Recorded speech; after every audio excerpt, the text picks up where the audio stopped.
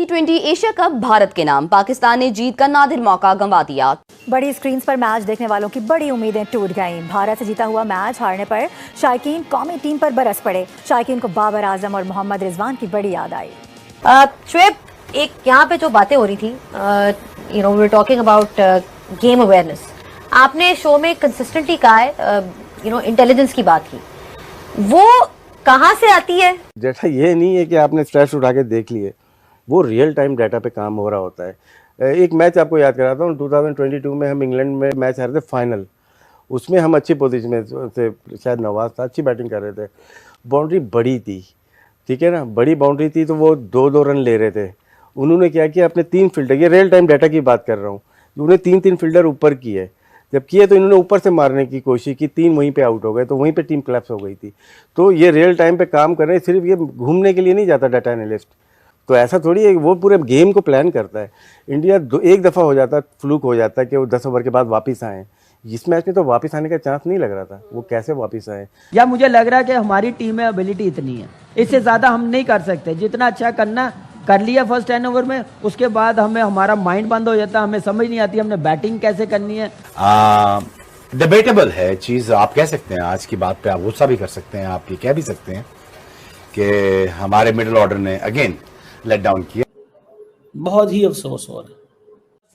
आगा सलमान की शक्ल बिल्कुल गई गुजरी हो गई यार। वो मोटा सा मुंह था उसका, बड़े अच्छे शॉट मारता था, बड़ा।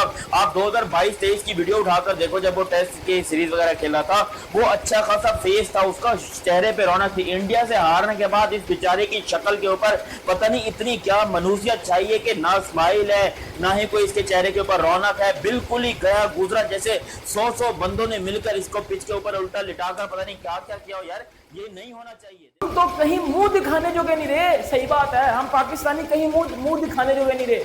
मुंह हमारा काला हो गया, यकीन करो, बेइज्जती से। तीनों का तीनों मैच भाई हम उनसे हारे हैं, और हमें इस हार को एक्सेप्ट करना चाहिए। पूरी तरह से हम लोग हारे हैं, और इन प्लेयर्स की वजह से हारे हैं, और इन घटिया प्लेयर्स की वजह से है ना, जो फजूल सेलिब्रेशन कर रहे थे।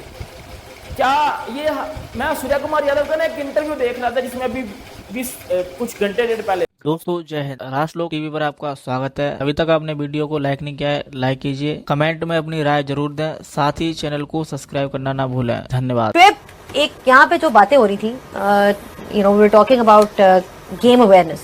आपने शो में कंसिस्टेंटली कहा है, इंटेलिजेंस की बात की, वो कहाँ से आती है? Is the question, because that we saw कि जब एक पोजीशन आपकी बन गई थी, उसके बाद कुछ शॉट सिलेक्शन पे भी तो जाता है ना। आप अगर कुलदीप यादव को क्रेडिट दे रहे हो, you could have played him out, you had choices.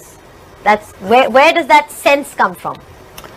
We all get choices, but जो एक्सपीरियंस्ड लोग होते हैं, जिनको राइट प्लेटफॉर्म्स मिले होते हैं, वो वहाँ गेम को सीखते हैं और वहाँ इवॉल्व करते हैं गेम के साथ। वो है आपकी डोमेस्टिक क्रिकेट।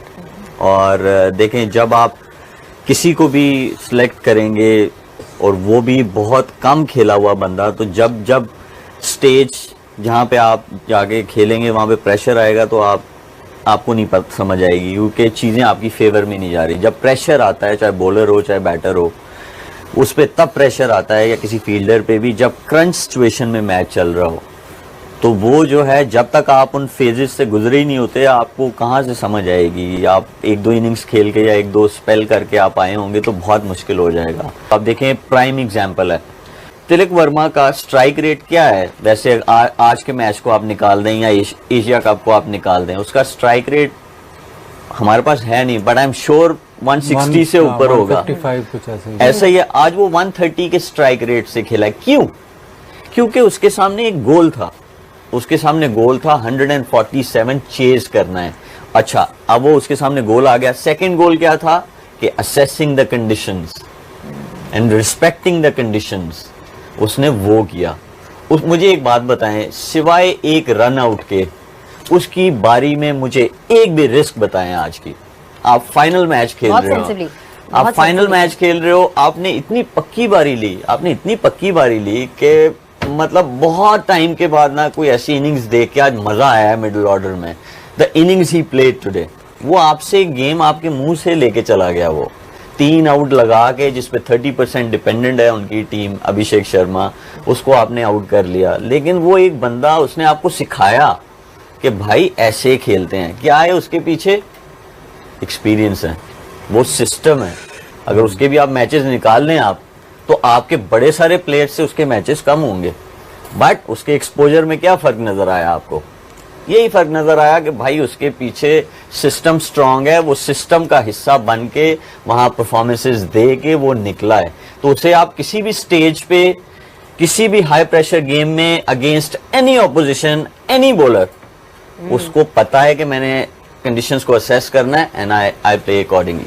वसीम भाई, आपको सोच बताता हूँ। हाँ, लेफ्ट हैंडर को लेफ्ट आर्म बॉलर बॉल नहीं करेगा, ये हमारे हेड कोच की मैच टू मैच, सही ना, डेटाबेस, वो जो एनालिस्ट होते ना, उनके तो लेफ्ट आर्म बॉलर ने बॉलिंग करी हमारे लेफ्ट हैंडर्स को, आउट भी करे।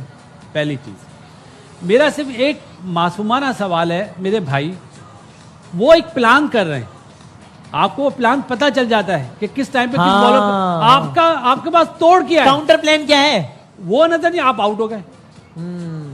आप उनका तो तोड़ करो। अब शाहीन शाह अफरीदी सपोज 4 नंबर पे आता, वो फौरन बुमराह को लाता, बुमराह को लाता तो उनका मेन बॉलर के 2 ओवर चले जाते ना, तो बाद वालों को ईज आउट हो जाता।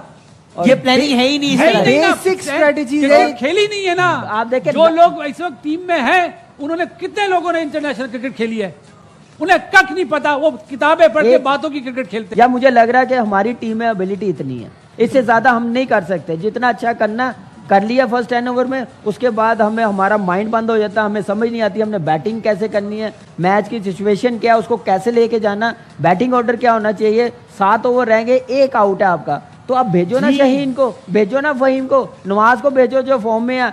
तल्लत आ रहा, हुसैन तल्लत आ रहा, वो बेचारा फॉर्म में नहीं है, उसने 32 बॉलों पे 30 किया है। 30 बॉलों पे उसने कोई 70 नहीं किया जो आप उसको भेज रहे हैं। सलमान अली आगा खुद आ रहा है, जो मेरे ख्याल से इस क्रिकेट का है ही नहीं है वो प्लेयर, उसको तो लास्ट में आना चाहिए। कौन बताएगा मुझे, एक बात बताएं। बुमराह आता ओवर करने, स्ट्राइक रेट हमारे सामने, बुमराह ओवर करने आता, शाहीन आता, डेथ बॉलिंग किसने करनी थी बुमराह के साथ? एग्जैक्टली मुझे बात बताएं ना, ये माइंड गेम है, ये स्मार्ट कैप्टनसी, स्मार्ट कोचिंग है, मैंने बेसिक्स ये है जो नजर ही नहीं आ रही है। बिल्कुल ऐसे लग रहा है कि फॉर्मेलिटी पूरी करने गए हैं। अब क्या बोले यहाँ पे, वसीम भाई को कोच बना के भेज दें, 10वें नंबर की टीम, आप कोच बन के चले जाएं, आपकी बेहतर सीवी होगी। जितने आपने प्रोग्राम कर लिए, इस प्रोग्राम से आपको क्रिकेट की समझ आ गई है, जो हमारे हेड कोच को समझ नहीं आ रही।